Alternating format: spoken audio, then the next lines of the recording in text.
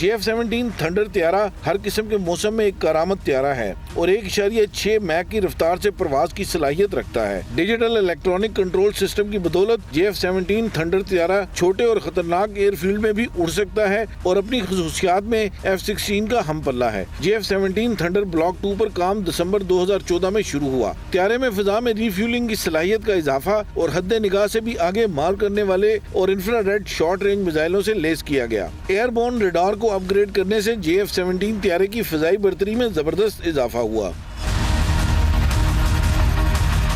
اب dual set JF-17 thunder block 3 کو بھی پاک فضائیہ میں شامل کر دیا گیا ہے۔ JF-17 طیارہ بحری جہازوں کو تباہ کرنے والے میزائلوں کے ساتھ بم، لیزر گائیڈڈ بم، رن وے تباہ کرنے والے بم اور کلسٹر بم بھی استعمال کرنے کی صلاحیت رکھتا ہے۔ JF-17 تھنڈر طیارے کے آپریشن کے دوران اخراجات بھی انتہائی کم ہیں۔ یہی وجہ ہے کہ دنیا کے کئی ممالک اس طیارے کی خریداری میں دلچسپی ظاہر کر چکے ہیں۔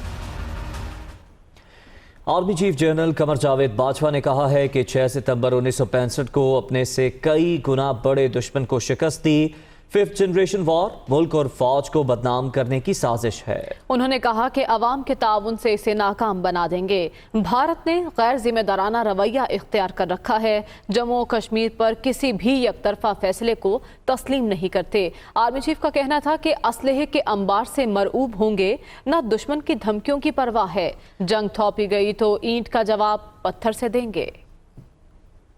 پاکستانی قوم کے لیے 6 ستمبر صرف ایک دن نہیں بلکہ ہمارے حوصلے کی پہچان بھی ہے۔ ہمارے شہید ہمارے ہیرو ہیں۔ مملکت پاکستان اور عظیم پاکستانی قوم ایک علیحدہ اسلامی تشخص کے نظریے کی علمبردار ہے۔ ہمارے دشمن اس شناخت کو مٹانے کے لیے لگاتار سازوں کا جال بنتے آئے ہیں، لیکن الحمدللہ افواج پاکستان اور قوم نے جذبہ ایمانی سے سرشار ہو کر ان کی ہر چال کو ناکام بنایا ہے۔ میں آپ کی توجہ ایک اور چیلنج کی طرف مبذول کرانا چاہتا ہوں، اور یہ چیلنج 5th جنریشن یا ہائیبرڈ وار کی صورت میں ہم پر مسلط کی گئی ہے۔ اس کا مقصد ملک اور افواج پاکستان کو بدنام کر کے انتشار پھیلانا ہے۔